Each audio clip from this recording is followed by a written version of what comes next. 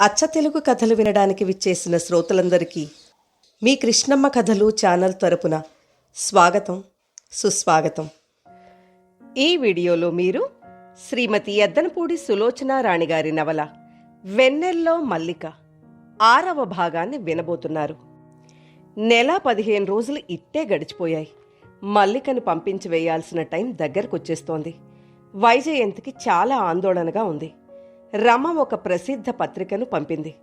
అందులో ఆదివారం అనుబంధంలో గోపాలరావు ఇంటర్వ్యూ ఉంది.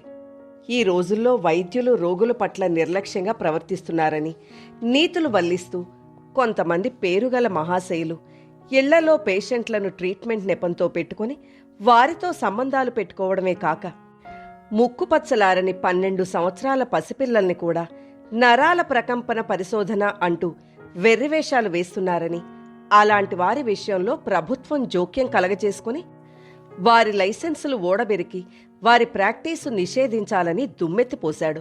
అతను ఎవరిని గురించి ఈ మాటలు చెప్పాడో నీకు తెలియచెప్పనవసరం లేదనుకుంటా. నువ్వు కనీసం ఇప్పటికైనా మల్లికని హాస్టల్కు పంపేసి జాగ్రత్త పడవలసిందిగా కోరుతున్నాను.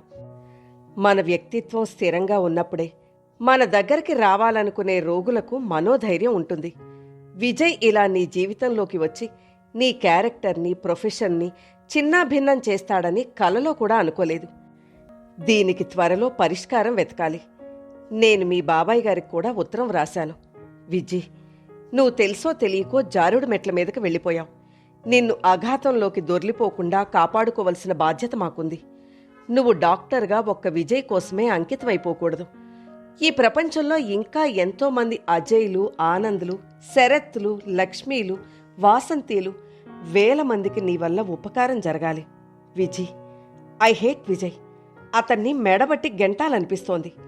నువ్వు ఈ ఉత్తరం అందిన వెంటనే మల్లికని హాస్టల్కి పంపేసేయి. ప్లీజ్ విజయ్, నీకు చేతులు జోడించి నమస్కరిస్తున్నాను. ఈ విజయ్ ఎప్పుడు మీ ఇంట్లో నుంచి వెళ్ళిపోయాడనే మంచి వార్త వింటానా అని క్షణాలు లెక్క పెట్టుకుంటున్నాను. నీ రమ.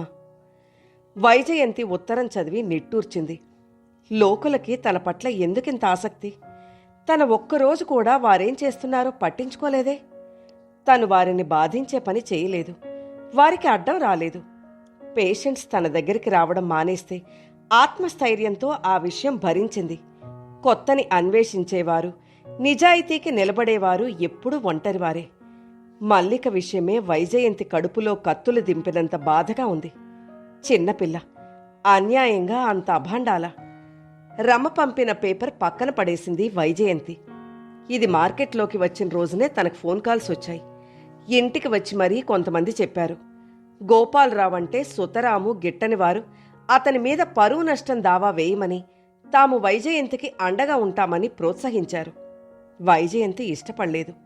తన శ్రద్ధ, ఆలోచనలు అన్నీ విజయ్, మల్లికల మీదే ఉన్నాయి. హాస్టల్ నుంచి సూపరింటెండెంట్ ఫోన్ చేసింది. వైజయంతి ఓపికగా గోపాలరావు గిట్టక వ్రాసిన వైనం చెప్పింది. అదృష్టవశాత్తు ఆవిడ సంస్కారవంతురాలు. ఎనీవే, మల్లికని మీరు వచ్చే ఫస్ట్కి పంపించి వేయాలి సుమా.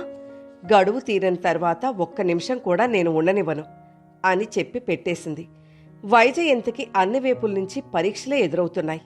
తను కూర్చున్న గది కిటికీలో నుంచి చూసింది.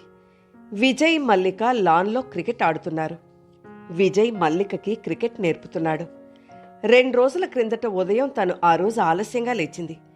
ముఖం కడుక్కుని వచ్చేసరికి వాసు కాఫీ తెచ్చిచ్చాడు. విజయ్, మల్లికల మాటలు వినిపించలేదు. కొద్దిసేపు వారిద్దరూ కనుమరుగైనా వారి అలికిడి వినిపించకపోయినా వైజయంతికి మనసంతా తెలియని భయంతో ఆందోళనగా మారుతుంది. లాన్లో ఉన్నారు అని వాసు చెప్పాడు. ఆమె కాఫీ తాగుతూ వరండాలోకొచ్చింది. అక్కడ విజయ్ మల్లికకి కరాటే నేర్పుతున్నాడు. కాఫీ తాగడం మర్చిపోయినట్లు అలాగే నిలబడిపోయింది. అతను కరాటే విద్యలో ఎక్స్పర్ట్లా ఉన్నాడు. మల్లిక కూడా అతను నేర్పుతున్న విద్యని చురుగ్గా, తెలివిగా, ఏకసంధాగ్రాహిలా నేర్చేసుకుంటోంది. వైజయంతి ఈ ప్రపంచంలో 8వ వింతలా చూస్తోంది. విజయ్లో ఒక్కొక్క రోజు ఒక్కో ప్రతిభావంతమైన విషయం బయటపడుతోంది. ఆమె ఆశ్చర్యానందాలు రోజుకో కొత్త పుట్టని చూసి ఉక్కిరిబిక్కిరి అవుతున్నాయి. ఆమెను చూడగానే విజయ్ ఆపి వచ్చాడు. వైజయంతి కాఫీ చల్లారిపోయింది. వాసుని కేక పెట్టి పిలిచింది. వాసు ఆమెకి, విజయ్కి కాఫీ, మల్లికకి బోర్నవీటా తెచ్చాడు. మల్లిక పట్ల ఆమె అన్ని శ్రద్ధలు తీసుకోవడంతో మల్లిక ఈ కొద్ది రోజుల్లోనే బొద్దుగా తయారైంది. బుగ్గలు పూడి ముఖం నిండుగా ఆరోగ్యంగా మారింది. నీకింత బాగా కరాటే వచ్చినా నాకు తెలియదు ఆశ్చర్యంగా అంది. నేనెప్పుడు నేర్చుకున్నానో నాకే తెలియడం లేదు. అతను శూన్యంలోకి ఆలోచనగా చూస్తూ అన్నాడు. విజి, నీకు కూడా నేర్పుతాను. ఈ రోజుల్లో ఆడపిల్లలకి సెల్ఫ్ డిఫెన్స్ బాగా వచ్చుండాలి. ఎప్పుడేమవుతుందో చెప్పలేం అన్నాడు. ఆమె రాగానే విజయ్ కరాటే మానేయడం మల్లికకి ఆశాభంగంగా అనిపించింది. వాళ్ళిద్దరూ కబుర్లలో పడ్డారు, కానీ ఏమీ అనలేదు. అదేవిధంగా ఈరోజు క్రికెట్ ఆడుతున్న వారి దగ్గరికి వైజయంతి వచ్చింది. ఆమెను చూడగానే అతను ఆట మానేశాడు. మల్లికలో మళ్లీ అసహనం. వైజయంతి రాగానే విజయ్ తనతో గడిపే టైం ఆపేస్తాడు. మల్లికకి అది బాధగా ఉంది. విజయ్ అంటే మల్లికకి ప్రాణం. విజయ్ వల్లనే తనకి జీవితం లభించింది అని అర్థమైంది. అతను చదువు, క్రికెట్, కరాటే ఎన్నో విద్యలు నేర్పుతున్నాడు. గురువు పట్ల శిష్యుడికి ఉండే గౌరవం ఉంది. చిన్నప్పటి నుంచి తల్లి తండ్రి తెలియక చెత్త కుండీలో దొరికిన శిశువుగా అనాథాశ్రమాల్లో పెరిగిన మల్లికకి విజయ్ చూపే ప్రేమ చెప్పలేనంత ఆనందంగా ఉంది. ఆమె కళ్ళకి విజయ్ సాక్షాత్తు దేవుడు. ఒక సిద్ధ హెయిర్, ఒక గురువు. మల్లిక చిన్నారి హృదయంలో స్ట్రగుల్ మొదలైంది.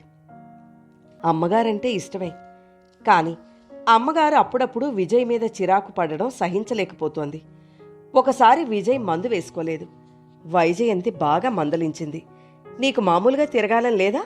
ఈ మాత్రం కూడా తిరగకుండా మంచమెక్కితే ఇంట్లో చేసే దిక్కు కూడా లేదు అంటూ అరిచింది. విజయ్ ఖిన్నుడై తలదించుకున్నాడు తప్ప ఎదురు తిరిగి మాట్లాడలేదు. అక్కడ్నుంచి కాఫీ కప్పులు తీసుకెళ్తున్న మల్లికకి విజయ్ని ఆమె అలా మందలించడం చూసి కోపమొచ్చింది. కప్పు సింక్ కేసి కొట్టింది. భళ్ళున శబ్దం అవగానే ఏమిటి అంటూ వైజయంతి పరుగునొచ్చింది. మల్లిక కళ్లలో పశ్చాత్తాపం, భయం లేవు. ఆమె వంక రెప్పవాల్చకుండా చూస్తోంది. ఆ చూపుల్లో లీలగా తిరస్కారం. ఏమైంది నీకు? వింతగా ఉంది నీ వాలకం అంటూ అయ్యో నా చైనా సెట్ అంటూ బాధగా ముక్కలు ఏరసాగింది. విజయ్ గదిలో కూర్చున్నాడు. అతను భోజనం చేయలేదు. మల్లిక కూడా తినలేదు. అతను కూర్చున్న గదిలోకొచ్చింది. అతని చెయ్యి 2 చేతులతో పట్టుకుంది. బాధ నిండిన కళ్లతో కళ్ళనీళ్లు తిరుగుతుండగా మనం ఈ ఇంట్లోంచి వెళ్ళిపోదాం అంది. విజయ్ తలెత్తి చూశాడు. ఆ పసి కళ్లలో ఆవేదన, తన పట్ల శ్రద్ధ అతని బాధని హరించింది. మల్లిక తలమీద చెయ్యి వేసి ఇష్టంగా తల చెరిపినట్లు చేశాడు. తప్పు. అమ్మగారిని వదిలి మనం ఎక్కడికి వెళ్ళకూడదు. తప్పు నాదే. మందు వేసుకోకపోతే కళ్ళు తిరిగి ఒళ్ళు తూలుతుంది. పడిపోతాను. దెబ్బ తగులుతుంది. అదెంత బాధ. అమ్మగారికి నువ్వన్నా నేనన్నా చాలా ఇష్టం. నేను మందు వేసుకోకుండా బాధ పెట్టాను. నువ్వేమో ఖరీదైన కప్పు బద్దలు కొట్టి బాధ పెట్టావు. పద, సారీ చెప్దాం అన్నాడు. ఇద్దరూ ఆమె గదిలోకొచ్చారు. ఆమె రాసుకుంటోంది. పాదాల అలికిడి విని తిరిగి చూసింది. సారీ విజయ్ అన్నాడు విజయ్. మల్లికని చేతిమీద చెప్పమని తట్టాడు. సారీ అమ్మగారు అంది మల్లిక. ఆమె నవ్వేసింది. ముగ్గురు బయటకు వెళ్లి హోటల్లో భోజనం చేశారు. పార్కులో తిరిగారు. ఇంటికొస్తూ షాపులో మల్లికకి డ్రెస్సులు కొని తెచ్చారు. ఇంటికి రాగానే వాసు, రమమ్మగారు ఫోన్ చేశారు. మిమ్మల్ని రాగానే ఫోన్ చేయమన్నారు. చాలా అర్జెంటట అన్నాడు. విజయ్ వెంటనే ఫోన్ చేసింది. హలో విజయ్, ఎక్కడికెళ్ళావు? బయట తిరగడానికి. నిజంగానేనా? Very good. నా ఉత్తరం పనిచేసిందన్నమాట. విజయ్ని ఏం చేశావు? విజయ్ని మల్లికని తీసుకునే వెళ్ళాను. ఓహో, అస్సలు నీకు బుద్ధి లేదు. ఏమిటి అర్జెంట్ అన్నావుట? గుర్తు చేసింది. రష్యా నుంచి ప్రొఫెసర్ మంగళవారం వస్తున్నాడు. నిజంగానా? ఎంత గుడ్ న్యూస్ చెప్పావు. నేను కూడా సోమవారం నాటికి వచ్చేస్తాను. ఆయన ఏ విధంగా సలహా ఇస్తే ఆ రకంగా చేద్దాం. సరే. గట్టిగా అనడం లేదు నువ్వు. సరే రమా అంది. నువ్వు అన్నా అనకపోయినా నేను విజయ్ని ఆయనకు చూపించడం ఖాయం. నేనే విజయ్ని నీ మెళ్ళో వేశాను. ఈ గుదిబండ నేనే తెంపుతాను. నువ్వు నా స్నేహం తెంపేసుకున్నా, నన్ను వెలివేసినా I don't care. Rama please అలా ఆవేశంగా మాట్లాడుకు అర్థించింది.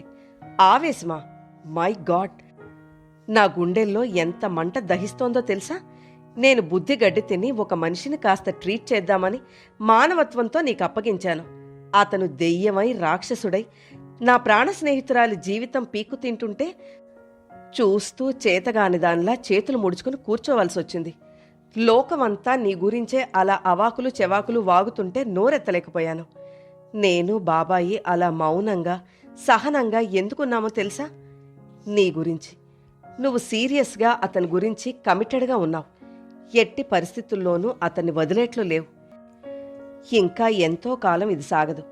రష్యన్ సర్జన్ సర్ నికోలాయ్ గారు రాగానే విజయ్ విషయమంతా నా చేతుల్లోకి తీసుకుంటాను. ఇది జరగబోతోంది. నువ్వు సిద్ధంగా ఉండు. Good night. రమ ఫోన్ పెట్టేసింది. రమ డిక్టేటర్లా మాట్లాడుతోంది. వైజయంతి అలాగే నిలబడిపోయింది. రమ చేసి తీరుతుంది. ఇక ఆగదు. రమని ఇక తను ఆపలేదు. బాబాయి రమ ఒకటైతే తను ఎదురు తిరిగి పోరాడలేదు. తనకి ఆ శక్తి లేదు. తను వారిని బాధ పెడుతున్నానని తెలుసు. కాని ఏమీ చేయలేని అశక్తత. వైజయంతికి దూరం నుంచి పిడేల శబ్దం వినిపించసాగింది. తను 16 సంవత్సరాల వయసులో ముచ్చటపడి నేర్చుకున్న పిడేలు తర్వాత దానికి సమయమే దొరకకుండా పోయింది. అయినా దాన్ని చిన్ననాటి జ్ఞాపకంగా భద్రంగా ఒక అపురూపమైన నగలా దాచుకుంది. విజయ్ ఎప్పుడు చూశాడు. ఒకసారి తను బయట నుండి ఇంటికొచ్చేసరికి గేట్లో నుంచి కారు లోపలికొస్తుంటే మేడ మీద నుండి పిడేలు చక్కటి రాగాలాపనతో వినిపిస్తోంది. వైజయంతి ఆశ్చర్యపోయింది. కారు పోర్టికోలో ఆపి చిన్నపిల్లలా 2 మెట్లు ఒక్క అంగలో ఎక్కుతున్నట్లుగా లేడిలా ఎక్కుతూ పై అంతస్తులోకొచ్చింది. వైజయంతి లైబ్రరీ రూంలో విజయ్ నిలబడి పిడేలు వాయిస్తున్నాడు. ఆమె సంభ్రమాశ్చర్యాలతో మెల్లగా పాదాలు చప్పుడు కాకుండా నడుస్తూ వెనక నుంచి అతని నడుం చుట్టూ చేతులు వేసి బిగించి అతని వీపు మీద చెంప ఆనించుకుని కళ్ళు మూసుకుంది. విజయ్కి కూడా తనలాగే సంగీతం ఇష్టం. ఇద్దరిది ఒకే ఇష్టం. ఆమె మనసులో ఉవ్వెత్తున ఆనంద కెరటం లేచి ముంచేస్తోంది. ఆమె సంతోషంతో తలమునకలైపోతోంది. విజయ్ వైజయంతి చేతులు తన నడుం చుట్టూ పడగానే పిడేలు వాయించటం ఆపేశాడు. ఇంత బాగా వాయించటం వచ్చా? అంది ఆనందంగా. ఏమో, అది చూస్తే చాలా సంతోషం వేసింది. చేతుల్లోకి తీసుకుని శృతి చేశాను. వాయిస్తున్నాను. నాకే ఆశ్చర్యంగా ఉంది అన్నాడు. నాకు చాలా సంతోషంగా ఉంది అంది. అతను ఆమె ఆనందాన్నే చూస్తున్నాడు. ఈరోజు విజయ్ వాయిస్తున్న పిడేలు వింటే వైజయంతికి ఆనందం కలగడం లేదు. మనసంతా బాధా సముద్రంలో తేలుతున్నట్లుగా ఉంది. వైజయంతి మెల్లగా ఒక్కొక్క మెట్ల రైలింగ్ని చేత్తో పట్టుకుని పైకొచ్చింది. ఆమె పాదాలు శక్తి లేనట్టు భారంగా అడుగులేస్తున్నాయి. ఆమె పైకి వచ్చింది. విజయ్ హిందోళ రాగం కోసం శృతి సరిచేస్తూ తిరిగి చూశాడు. గదిలో వైజయంతి ప్రతిమలా నిలబడి ఉంది. అతను ఆమెని క్షణంసేపు తదేకంగా చూశాడు. పిడోల్ని పెట్టెలో పెట్టేసి మూత వేసి వచ్చాడు. విజీ పిలిచాడు. ఉలికిపాటుగా అంది. విజయ్ ఆమెను చేయి పట్టి తీసుకొచ్చి అక్కడున్న సోఫాలో కూర్చోపెట్టాడు. తను క్రింద కూర్చున్నాడు. ఆమె చెయ్యి అందుకున్నాడు. విజీ, ఎనీ ప్రాబ్లం అడిగాడు. విజయ్ లేదన్నట్లు తల ఊపింది. ఎందుకలా ఉన్నావు అడిగాడు. తెలీదు అంది. అతను విజయ్ చేతి మీద తన చెయ్యి ఆనించాడు. అతని స్పర్శ ఆమె బాధని పంచుకున్నట్లుగా ఉంది. వైజయంతికి ఈ స్పర్శ, అతను అలా దగ్గరగా కూర్చోవడం ఎంతో హాయిగా ఉంది. మల్లిక నిద్రలో మెలకు వచ్చి విజయ్ కనిపించక వెతుకుతూ వచ్చింది. గదిలో కూర్చున్న ఆ ఇద్దరినీ చూసి వెనక్కి వెళ్ళిపోయింది. మల్లిక మనసులో ఏదో బాధ. విజయ్ తనకే ఉండాలి.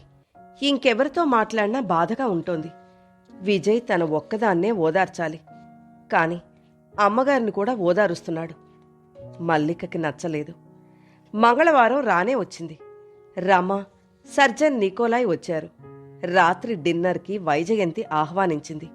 నికోలాయ్ విజయ్తో మాట్లాడారు. వైజయంతి ఆయనకి బ్లాక్ కాఫీ ఇస్తూ మల్లిక పరిచయం అయిన వైనం, అతను ఆ అమ్మాయి పట్ల అనుకోకుండా చూపిన రెస్పాన్స్ గురించి వివరంగా చెప్పింది. అతన్ని గురించి తను సవివరంగా వ్రాసిన నోట్స్లో అక్కడక్కడ ముఖ్యమైనవి చెప్పింది. రమ కూడా శ్రద్ధగా వింది. ముగ్గురూ రాత్రి పొద్దుపోయే వరకు విజయ్ విషయమే తర్కిస్తూ సంభాషణ చేశారు. విజయ్లో బాగా డిసిప్లిన్డ్గా బ్రతికిన వ్యక్తి లక్షణాలున్నాయి అన్నాడు నికోలాయ్. వైజయంతి విజయ్ మ్యూజిక్లోనూ కరాటేలోనూ వంట విషయంలోనూ కనబరిచిన ప్రావీణ్యత గురించి చెప్పింది. రేపు విజయ్కి పరీక్ష చేస్తానని చెప్పాడు. ఉదయం 10 గంటలకి అతన్ని సిద్ధంగా ఉంచమని అన్నాడు. ఉదయం 10 గంటలైంది. సర్జన్ నికోలాయ్ తన వెంట తెచ్చిన ఇన్స్ట్రుమెంట్స్తో విజయ్ని సిటీలో ప్రసిద్ధి చెందిన మోడీ హీల్ హాస్పిటల్కి తీసుకువెళ్లి అన్ని పరీక్షలు చేశారు. అతనికి మైల్డ్ సెడేషన్ ఇచ్చారు. దాదాపు మధ్యాహ్నం 2:30 గంటలైంది. విజయ్ని ఇంటికి తీసుకొచ్చారు. విజయ్ భోజనం చేసి నిద్రపోయాడు. సర్జన్ నికోలాయ్కి 3:30కి మీటింగ్ ఉంది. ఆయన రమ వెళ్ళిపోయారు. వైజయంతి ఆయన చెప్పబోయే వివరణకి ఆతృతగా ఎదురు చూస్తోంది. రాత్రికి మళ్ళా రమ, నికోలాయ్ గారు మరికొంతమంది ఫ్రెండ్స్ డిన్నర్కి వస్తున్నారు. వైజయంతి వాసుని తీసుకుని ఫ్రూట్స్, ఐస్ క్రీమ్స్ కొని తీసుకురావడానికి బజార్కెళ్ళింది. బ్లూ స్టార్ హోటల్లో సరిగ్గా రాత్రి 9:30కి డిన్నర్ 15 మందికి తెచ్చి సర్వ్ చేయాలని ఆర్డర్ ఇచ్చొచ్చింది. ఆ రోజంతా తిరుగుడే, అందులో ఆదుర్ద.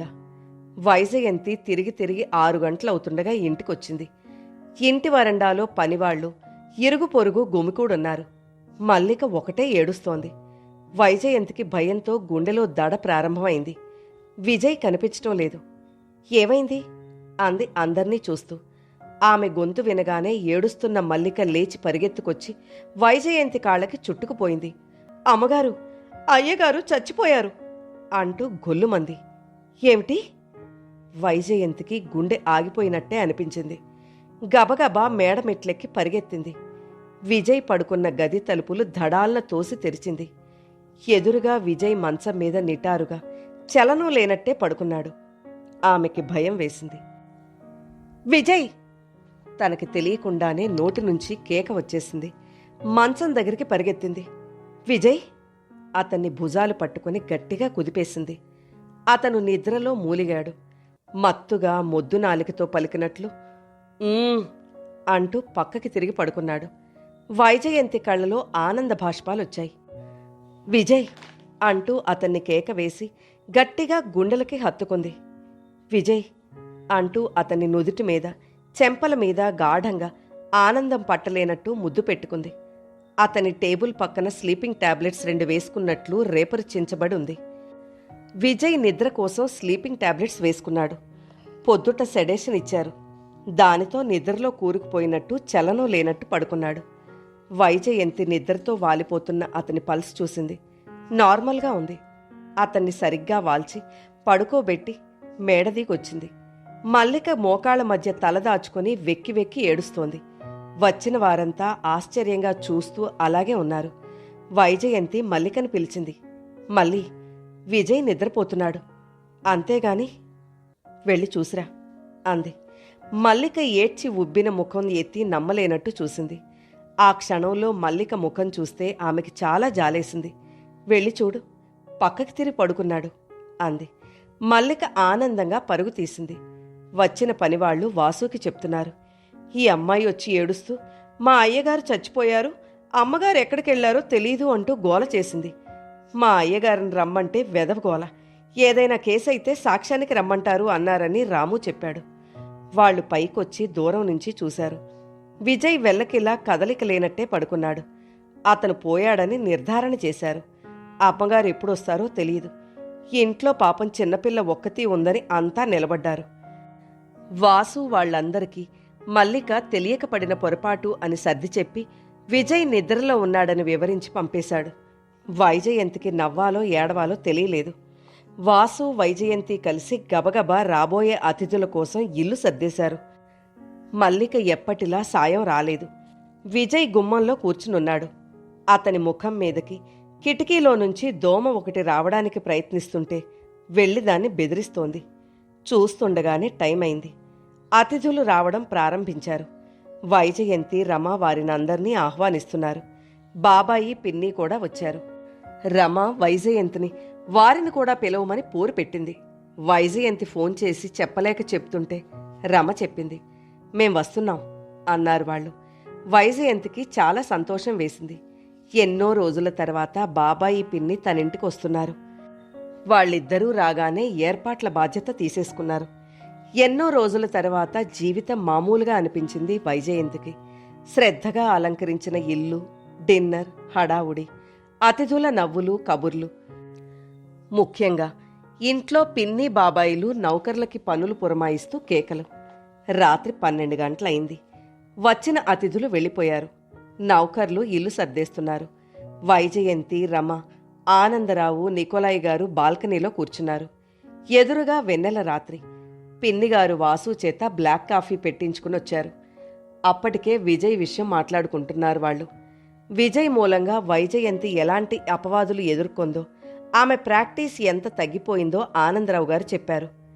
I congratulate you Vijay, you are so brave అంటూ అభినందించారు. విజయ్ గురించి పరీక్షలు ముగిశాయి కదా, అతని స్థితి ఏమిటి? ఆనందరావు గారు అడిగారు. నికోలాయ్ గారు కాఫీ కప్పులోంచి ఒక సిప్ కాఫీ తాగారు. ఆయన అరకప్పు కాఫీ అరగంట పైగా తాగుతారు. విజయ్కి జరిగిన ఆపరేషన్లో ఎక్కడో ఏదో పొరపాటు జరిగుంటుందన్న అనుమానం. అతనికి మళ్ళా ఆపరేషన్ చెయ్యాలి అని మళ్ళా కప్పు తీసుకుని కాఫీ గుక్క తాగారు. వైజయంతి చేతిలో కాఫీ కప్పు పట్టుకొని ఆయన వైపే రెప్పవాల్చకుండా చూస్తూ వింటోంది. ఆయన చెప్పసాగారు. ఆయన కంఠం ఖచ్చితంగా ఉంది. బట్ రిజల్ట్ నేను చెప్పలేను. అతను ఆపరేషన్లో చచ్చిపోవడానికి 85% ఛాన్స్ ఉంది. ఆయన వైజయంతిని, రమని, ఆనందరావు గారిని మార్చి మార్చి చూశారు. అతని ఆపరేషన్కి అంగీకరిస్తూ అతని వాళ్ళెవరైనా సంతకం పెట్టాలి. రమ, ఆనందరావు గారు ముఖాలు చూసుకున్నారు. 85% ఛాన్స్ మాత్రమే విజయ్ చచ్చిపోవడానికి ఉంది అని నికోలాయ్ గారు చెప్పగానే వైజయంతి ముఖం క్రిందకి దించుకుంది. రమ చొరవ తీసుకుంటూ అంది, సార్, విజయ్కి వైజయంతి తప్ప ఇంకెవరూ లేరు. విజయే సంతకం పెడుతుంది. రమ, వైజయంతి ఏదో చెప్పబోయింది. రమ వైజయంతిని ఆగు అన్నట్టు వారిస్తూ ఆమె చేతి మీద చెయ్యి ఆనించింది. మీరాలోచించండి. మీరు సరేనంటే నేను ఎల్లుండి ఉదయానికి ఆపరేషన్ మెడిహీల్ ఫిక్స్ చేస్తాను అన్నారు. ఓకే సార్ అంది రమ. ఆయన వైజయంతి వైపు చూశారు. వైజయంతి భూమిలోకి దిగిపోతున్నట్లున్న తల ఎత్తలేదు. తల ఎత్తితే తన మనసులో వ్యతిరేకత 100% అన్నట్లు ఆయనకి అర్థమైపోతుందేమోనని భయం వేసింది. నికోలాయ్ గారు లేచి తన గదిలోకెళుతూ, ఓకే, నేను మాస్కో నుంచి కాల్ ఎక్స్పెక్ట్ చేస్తున్నాను. ఇంకో అరగంట వరకు నేను మేలుకునే ఉంటాను. మీ నిర్ణయం అరగంట తర్వాత చెప్పినా చాలు అన్నాడు. ఆయన వెళ్ళిపోగానే రమ కుర్చీ ఆమెకి ఎదురుగా లాక్కుంది. ఏమిటి నీ సందేహం? వెంటనే సరే అనవే. ఆయన రావడం మన అదృష్టం. ఆయనకి ఎంత బిజీ షెడ్యూల్ ఉందో నీకు చెప్పాను కదా. కానీ రమ, ఆయన 85% రిస్క్ ఉంది అంటున్నారు బేలగా అంది. ఉంటే ఉండని, ఇలా హాఫ్ వెజిటబుల్గా ఉండే కంటే అది నయం కదా. రమా, చూడమ్మా విజయ్ బ్రతకాలని మాకు మాత్రం లేదా?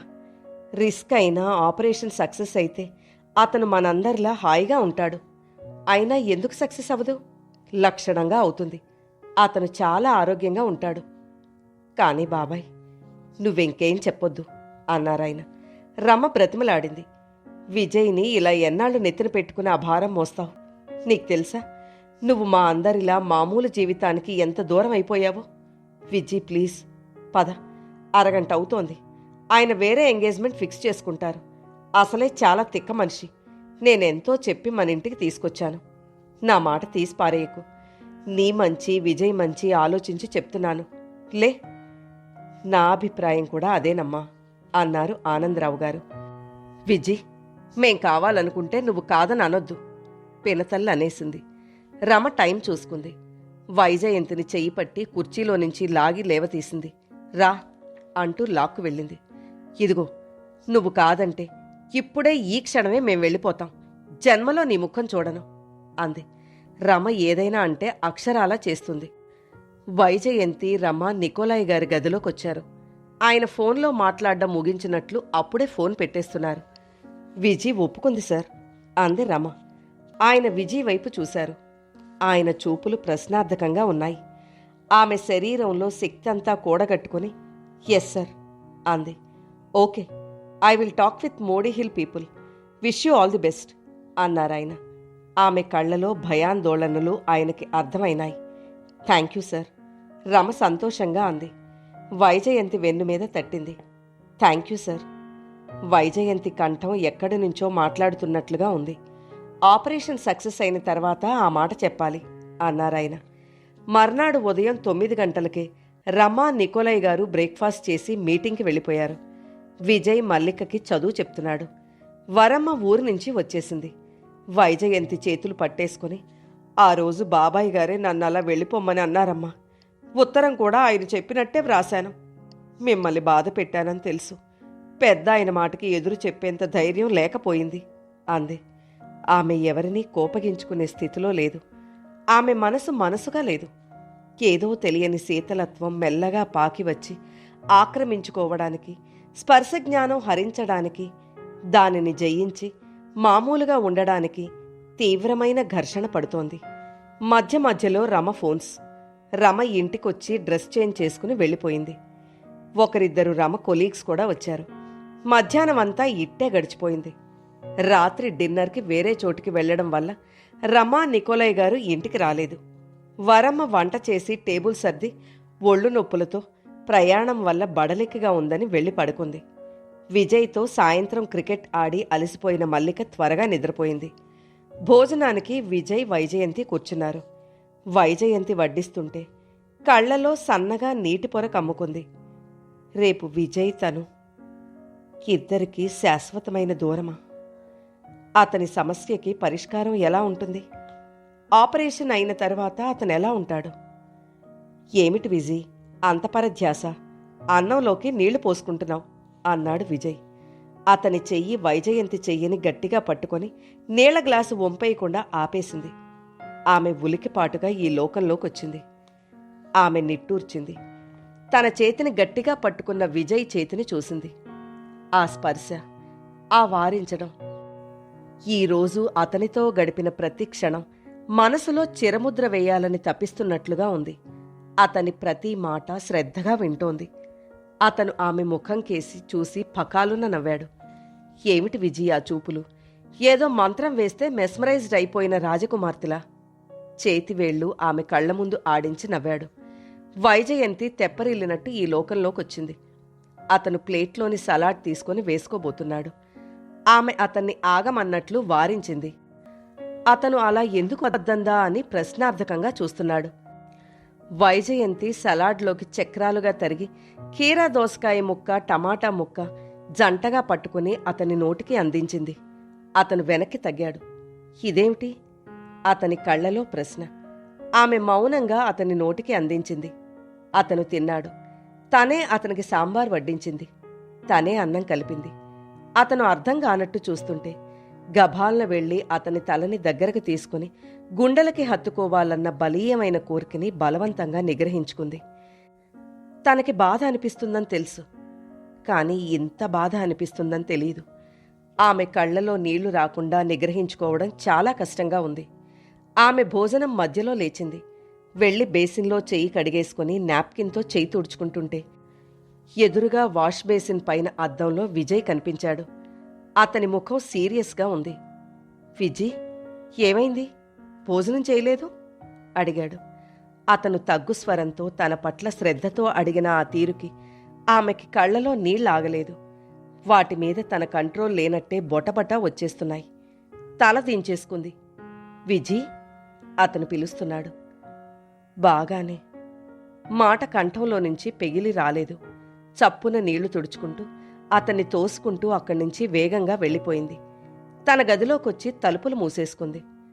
కొద్ది క్షణాల తర్వాత తలుపు మీద టక్ టక్ మని సున్నితంగా కొట్టిన శబ్దం వినిపించింది. వైజయంతి మంచం మీద కూర్చునుంది. ఏడుపు ఉధృతంగా వచ్చేస్తోంది. అంత బాధ ఎందుకో తనకే తెలియడం లేదు. తలుపు మీద శబ్దం మళ్లీ వినిపించింది. విననట్టే ఊరుకుంది. విజయ్, విజయ్ పిలిచాడు. ఆ కంఠం ఎంతో మృదువుగా ఉంది. ఈ కంఠంలో, ఆ పిలుపులో శక్తి ఏమిటో కాని వైజయంతికి వెంటనే పరిగెత్తి వెళ్లి తలుపులు తెరిచేసి అతని గుండెల్లో తలదాచుకుని గట్టిగా ఏడ్చేయాలనిపిస్తోంది. అంతలో తన ఆలోచనలకి భయపడింది. అలాంటిది జరిగితే ఇంకేమైనా ఉందా? తనని తాను నిలవరించుకుని మామూలుగా అవడానికి చాలాసేపు పట్టింది. విజయ్ వెళ్ళిపోయినట్టున్నాడు. మళ్ళా పిలవలేదు. తలుపు తట్టలేదు. అలికిడి లేదు. చిచి, తనెంత తెలివి తక్కువగా ప్రవర్తిస్తోంది. తను చాలా మామూలుగా ఉండాలి. విజయ్లో తన ఈ ప్రవర్తన ఏదైనా ఆందోళన తెస్తే అనుకున్నదంతా తారుమారవుతుంది. వైజయంతి కళ్ళు గట్టిగా తుడిచేసుకుంది. అద్దంలో చూసుకుంది. అయినా కళ్ళు ఏడ్చినట్లు, రెప్పలు వాచి ముక్కు ఎర్రబడి తెలుస్తోంది. రమ వస్తే ముఖం వాచేలా చివాట్లేస్తుంది. రమ 10:30కి ఫోన్ చేయమని చెప్పింది. టైం చూసుకుంది. 10:30 కావస్తోంది. వైజయంతి వచ్చి తలుపులు తెరిచింది. విజయ్ గుమ్మం పక్కన గోడకి తల ఆనించి ఫ్యాంటు జేబుల్లో చేతులు పెట్టుకుని ఉన్నాడు. వైజయంతి తెల్లబోయినట్టు అతన్ని చూసింది. విజయ్ ఆమెను చూస్తున్నాడు. ఆమె వాచిన కళ్ళు, ఎర్రబడిన ముక్కు చూస్తున్న కొద్దీ అతని కళ్ళు విషాదంగా అయినాయి. విజీ అస్పష్టంగా అన్నాడు. వైజయంతి బలవంతంగా అతన్ని నుంచి చూపులు విడదీసుకుని అతన్ని గుర్తించనట్లే మాట్లాడకుండా తల వంచుకుని గబగబా ఫోన్ దగ్గరికెళ్ళింది. రమా, ఫోన్ చేయమన్నావు, కారు తీసుకుని రానా? వైజయంతి అడిగింది. వద్దు, ఇంకా ఇక్కడ భోజనాలే స్టార్ట్ కాలేదు. ఇప్పుడిప్పుడే ఒక్కొక్కరే వస్తున్నారు. రేపు ఆపరేషన్ ఉందని, లేట్ అవుతుందని మిస్టర్ నికోలాయ్ భోజనానికి ఉండనని వెళ్ళిపోయారు. అవును, విజయ్ని రాత్రి 10 గంటల లోపల హాస్పిటల్లో చేర్పించమని చెప్పాం కదా, ఇంకా నువ్వు అక్కడేం చేస్తున్నావు? రమ నిలదీసింది. మళ్ళా మనసు మార్చుకుంటున్నావా అడిగింది. వెంటనే బయలుదేరు, ఇప్పటికే ఆలస్యం చేశావు అంది. హాస్పిటల్ వాళ్ళు నాకు తెలిసిన వాళ్లే. 11:30 లోపల తప్పకుండా వస్తానని చెప్పాను అంది వైజయంతి. త్వరగా బయలుదేరు, 11:30కి హాస్పిటల్కి ఫోన్ చేస్తాను అంది రమ. నేనెవరినైనా డ్రాప్ చేయమని అడుగుతానులే అంది కెనుకుగా. వైజయంతి ఫోన్ పెట్టేసింది. తిరిగి చూసింది. విజయ్ లేడు, వెళ్ళిపోయాడు. ఆమె పై అంతస్తులో తన బెడ్రూమ్కి మెట్లెక్కి వస్తోంది. స్టడీ రూంలో ఫిడేల్ ట్రంగ్ ట్రంగ్ అని వినిపిస్తోంది. ఆమె స్టడీ రూంలోకొచ్చింది. విజయ్ దివాన్ మీద కూర్చుని ఫిడేల్ని కమాక్లో ట్రింగ్ ట్రింగ్ అంటున్నాడు. ఆమె రాగానే ఆపేసి పక్కన పెట్టేశాడు. వాయించుకో అంది. విజయ్ మౌనంగా లేచి ఫిడేల్ తీసుకుని పెట్టెలో పెట్టేశాడు. అతను వెంటనే తిరిగి రాలేదు. ఇటువైపు వీపు పెట్టి అక్కడే నిలబడిపోయాడు. ఆమె వచ్చి దివాన్ మీద కూర్చుంది. వెనక్కి ఆనుకొని గోడకి చేరగిలబడి కళ్ళు మూసుకుంది. ఏమిటో ఈ భయంకరమైన బాధలో టైం ఆగిపోయినట్లే ఉంది. నిమిషాలు యుగాలుగా అన్నట్లుగా జరుగుతున్నాయి. మోకాలు మీద ఏదో ఆనడంతో ఆమె కళ్ళు తెరిచింది. విజయ్ ఎప్పుడొచ్చాడు? వచ్చి కింద కూర్చుని ఆమె మోకాలు మీద తల ఆనించి కళ్ళు మూసుకున్నాడు. ఏమిటిది విజయ్ అంది. అతను పలకలేదు. లే, సరిగ్గా కూర్చో. నిన్నే విజయ్ అంది గట్టిగా. ఆ కంఠం చిరుకోపంగా ఆజ్ఞాపిస్తున్నట్లుగా ఉంది. అతను లేవలేదు, కాని తలెత్తాడు. అతని కళ్ళు ఆమె కళ్ళలోకి సూటిగా చూస్తున్నాయి. అతను ఆమె ఆంతర్యంలో ఏదో వెతకడానికి ప్రయత్నం చేస్తున్నాడు. ఏమిటి? అతని క్రాఫ్ మీద చేయి వేసి చెరుపుతూ అంది. విజీ. అతని పిలుపు ఆమె గుండెలకి తాకుతోంది. నువ్వు నన్ను నీ దగ్గర నుంచి పంపించేస్తున్నావా? ఆమె నిశ్చేష్టురాలైంది. నాకు బాగా అనిపిస్తోంది. నువ్వు ఏదో నా గురించే నిర్ణయం చేస్తున్నావు. కానీ నేనేం చేశాను? విజయ్ అతని షర్టు 2 చేతులతో గట్టిగా బలంగా పట్టి అతన్ని లేవతీసింది. మరుక్షణంలో అతను ఆమె పక్కన కూలబడినట్లు కూర్చున్నాడు. ఇద్దరూ క్షణంసేపు ఎవరి ఆలోచనల్లో వారున్నట్లుగా మౌనంగా ఉండిపోయారు. కిటికీలో నుంచి వస్తున్న గాలి పరదాలని రెపరెపలాడిస్తోంది. రాత్రివేళ నిశ్శబ్దంగా, గంభీరంగా వారిద్దరినీ గమనిస్తున్నట్లుగా ఉంది. నేనేం చేశాను చెప్పు? అతను ఆమె చెయ్యి 2 చేతులతో అందుకోబోయాడు. ఆమె అతని చేతిని తోసేసింది. కాస్త అవతలకి జరిగింది. అది అతని సాన్నిహిత్యం, స్పర్శ భరించలేని చర్యగా ఉంది. విజీ తగ్గు స్వరంతో అన్నాడు. అతని కంఠంలో బాధ ఉంది. ఆమె ముఖం ఎడమవైపుకి తిప్పేసుకుంది. వరదలా వస్తున్న దుఃఖానికి ఎంతో కష్టపడి వేసుకున్న ఆనకట్టని విజయ్ ఒక్క మాటతో, నన్ను నీ దగ్గర నుంచి పంపించేస్తున్నావా? ఆమె దుఃఖపు వరదని పొంగులెత్తించాడు. వేసుకున్న ఆనకట్ట తెగి నామరూపాలు లేకుండా పోయింది. అతను ఆమె చెయ్యి విదిలించడంతో అక్కడి నుంచి లేచి వెళ్ళిపోదామా అని అనుకుంటున్నాడు. అతనికి బాధ రెట్టింపుగా మారింది. లేవబోతున్న అతనికి వైజయంతి శరీరంలో ఏదో ప్రకంపన, ఏదో శబ్దం. తిరిగి చూశాడు. ఆమె ఏడుస్తోంది. ఆమె కంఠం దగ్గర నరాలు అదురుతున్నాయి. శరీరం కంపిస్తోంది. లేవబోతున్న అతను ఆగిపోయాడు. విజీ! ఆమె వైపు చూస్తూ ఆశ్చర్యంగా పిలిచాడు. ఆమె మరింతగా గోడకి ముఖం దాచేసుకున్నట్టు తిప్పేసుకుంది. ఆమె ఏడుపు ఉధృతంగా ఆమెను జయించిన విజేతలా తన ఉనికి చాటుకుంటోంది. అతను పూర్తిగా ఆమె వైపు తిరిగాడు. ఒక్క నిమిషం సందేహించాడు. అతని గుప్పిట బిగిసి తెరుచుకుంది. విజీ! మృదువుగా పిలిచాడు. ఆమె పలకలేదు. విజీ! ఏమైంది? అతని చెయ్యి ఆమె భుజం మీద ఆనింది. అతని నుంచి దూరంగా జరగాలన్నట్టు ఇంకా ఇంకా గోడవైపు పూర్తిగా జరిగిపోతున్న ఆమెని అతను భుజాలు పట్టి బలంగా తన వైపు తిప్పుకున్నాడు. ఆమె దుఃఖపు సుడిగుండంలో మునిగిపోతున్న మనిషిలా ఉంది. ఏమైందమ్మా? దగ్గరికి తీసుకుంటూ అన్నాడు. అతని స్పర్శ, అతను అడిగిన తీరు ఆమెని సుడిగుండంలో చిక్కుకున్న మనిషికి ఆసరాగా అనిపించాయి. మరుక్షణం ఆమె అతని మెడ చుట్టూ 2 చేతులు పెనవేసింది. విజయ్!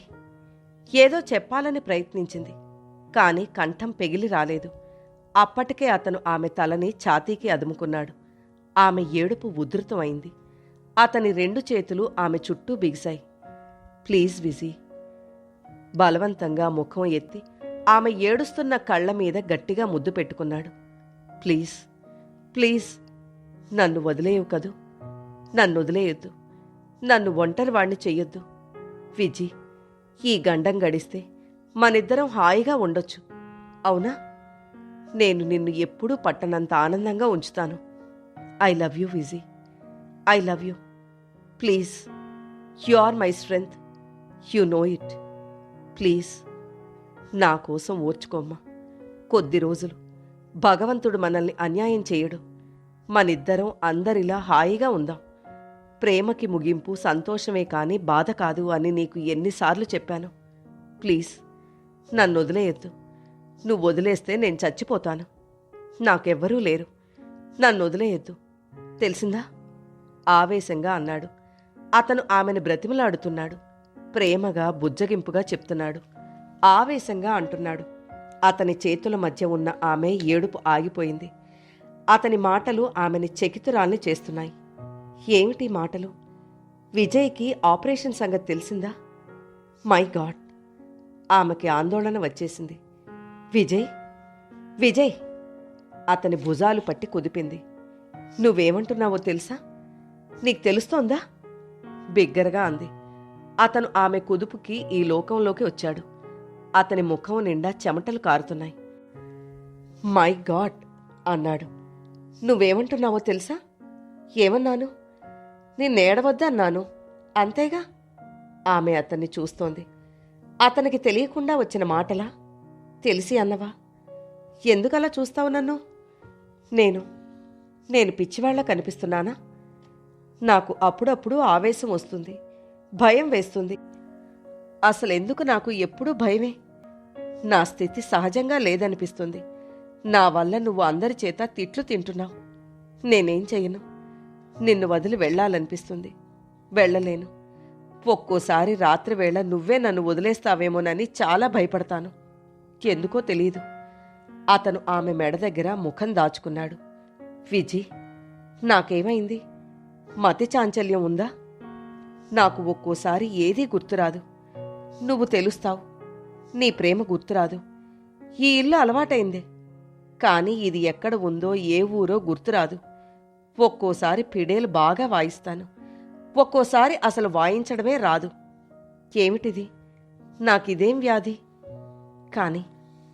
కానీ నువ్వు నన్ను చాలా ప్రేమిస్తున్నావని, నన్ను వదిలేయవని అనుకుంటాను. ధైర్యంగా ఉంటుంది.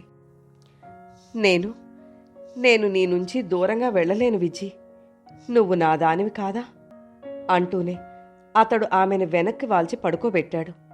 ఆమె గుండెల మీద తల ఆనించి పడుకున్నాడు. ఇలా దగ్గరగా ఉంటే నాకేమిటో చాలా హాయిగా ఉంటుంది. నన్ను వదిలేయనని, నాకు దూరం అవనని ప్రామిస్ చెయ్యి విజీ. చెయ్యవు? ప్రామిస్ విజయ్. అప్రయత్నంగా అంది. ఆమెకి సుస్పష్టంగా ఒకే ఒక విషయం తెలిసిపోయింది. విజయ్ని తను వదల్లేదు. అతను ఆపరేషన్ అయ్యి సవ్యంగా ఉంటే తన దగ్గరే ఉండిపోతాడు. ఒకవేళ భగవంతుడు మరో విధంగా నిర్ణయం చేస్తే అతడు శాశ్వత జ్ఞాపకంగా తనలో చిరస్థాయిగా ఇమిడిపోతాడు. ఈ విషయం గురించి ఇక సందేహం లేదు. విజయ్ వెచ్చటి ఊపిరి ఆమె మెడకి తాకుతోంది. Vijay, I love you, I love you. అతని శరీరం ఆమెను హత్తుకుంటోంది. ఆమె చెయ్యి అతని క్రాఫ్ట్లోకి వెళ్ళింది. అవును, అతను తనవాడు, తను అతని స్వంతం. దూరంగా గడియారం 11 గంటలు కొట్టడం వినిపించింది. ఆమె మెల్లగా అతన్ని విడిపించుకుని లేచింది. కాసేపు దివాను మీద మోకాళ్ళకి తల ఆనించి కళ్ళు మూసుకుంది. విజయ్ని ఇప్పుడు తీసుకెళ్ళాలి. అతను ఈ ఇంట్లో నుంచి కాలు బయటకు పెట్టే క్షణం సమీపిస్తోంది. విజయ్ ఆమె వీపు మీద తల ఆనించాడు. ఆమె శరీరంలో శక్తి అంతా కూడదీసుకుంటుంది. ఆమె అతని క్రాఫ్ట్లోకి వేళ్లు పోనిచ్చింది. విజయ్, లే, మనం ఒక చోటుకెళ్ళాలి అంది. ఇప్పుడా అన్నాడు. అవును, హాస్పిటల్కి వెళ్ళాలి. అతను అయోమయంగా చూశాడు. నీకు రేపు ఇంకా కొన్ని టెస్టులున్నాయి. అవి ఉదయమే ప్రారంభమవుతాయి. ఈ రాత్రికే నిన్ను హాస్పిటల్లో చేర్పించాలి. అతను ఈ మాట వినగానే లేచి కూర్చున్నాడు. నేను రాను అన్నాడు. విజయ్, ప్లీజ్, నా కోసం. డాక్టర్ నికోలాయ్ సమర్థుడైన డాక్టర్. ఆయన రావడం, నిన్ను చూడడం మనిద్దరి అదృష్టం. నిన్న చేశారుగా, ఇంకా కొన్ని మిగిలాయి. ఉదయం వెళ్తాను. ఇప్పుడే వెళ్ళాలి. వైజయంతి అతని మెడ చుట్టూ చెయ్యి వేసి దగ్గరగా లాక్కుంది. ఇది జీవితంలో మనిద్దరి యుద్ధం. నువ్వు సహకరించాలి, ప్లీజ్. అతను కాసేపు మౌనంగా ఉన్నాడు. తల తిప్పి ఆమె కళ్ళలోకి తప్పదా అన్నట్లు చూశాడు. ప్లీజ్, కళ్లతోనే అర్థించింది. అతను గాఢంగా నిట్టూర్చాడు. భుజాలు కుదించాడు. ఓకే అని లేచాడు. అతను బట్టలు మార్చుకున్నాడు. బ్లూ జీన్స్, దానిమీద సన్నటి గ్రీన్ చారలున్న టీషర్ట్. అతను డ్రెస్సింగ్ టేబుల్ దగ్గర తలదువ్వుకుంటుంటే ఆమె వచ్చింది. అతని చేతుల్లో దువ్వెన తీసుకుని అతని తలని పట్టుకుని దువ్వసాగింది. అతను వైజయంతి గుండెల్లో ముఖం దాచుకున్నాడు. విజ్జి, ఎందుకైనా ఇంత క్రితం ఏడ్చావు? మృదువుగా అడిగాడు. మరి దేనికి? నిన్ను మాటిమాటికి ఈ టెస్ట్ల పేరుతో చిత్రహింస పెట్టాల్సి వస్తుందని. మళ్ళీ ఇంటికి ఎప్పుడు వచ్చేస్తాం? టెస్ట్లు అయిపోగానే. అదే, ఎంతసేపు? గంట, అరగంట, అంతకంటే ఎక్కువ పట్టదా? అతను తలెత్తి నవ్వాడు. ఎక్కువ పట్టిందో చూడు, నేనింటికి రాను. వైజయంతి చప్పున చేత్తో అతని నోరు గట్టిగా మూసేసింది. అలా అనొద్దు అన్నట్టు చూసింది. బాధ పెట్టానా? అన్నట్టు తల ఊపింది. సారీ విజయ్, ఇంకెప్పుడు చేయను. ఇదే ఆఖరు, ప్రామిస్. ఆమె చేతిలో చెయ్యి వేశాడు. ఆమె వాసుని లేపి తలుపులు వేసుకోమంది. విజయ్ని తీసుకుని కారులో బయలుదేరింది. ఈ ప్రయాణం గమ్యం ఏమిటి అనిపిస్తోంది. ఆమె ఒక చేత్తో డ్రైవ్ చేస్తూ రెండో చెయ్యి విజయ్ వైపు చాచింది. అతను ఆమె చేతిని అందుకుని 2 చేతులతో పట్టుకున్నాడు. రాత్రిలో నిశ్శబ్దం. వీధుల్లో శబ్దం సద్దుమడిగింది. పేవ్మెంట్స్ మీద బిచ్చగాళ్లు వరుసగా పడుకున్నారు. విజయ్ స్పర్శ. మనసంతా శాశ్వత ముద్రికలు తీసుకోవడానికి మనసు ఆరాటపడుతోంది. ఆమె చెయ్యి అతని చేతిని గట్టిగా పట్టుకుంది. కలిసున్నా విడిపోయినా మనం ఒకరికి ఒకరం అనిపిస్తోంది. దూరంగా పెద్ద లైటు కింద బోర్డు కనిపించింది. మెడిహిల్. కథలోని తరువాయి భాగం నెక్స్ట్ వీడియోలో వినండి. కథ నచ్చితే లైక్ చేయండి. మీరు లైక్ చేయడం వల్ల మరింత మందికి ఈ కథలు చేరతాయి.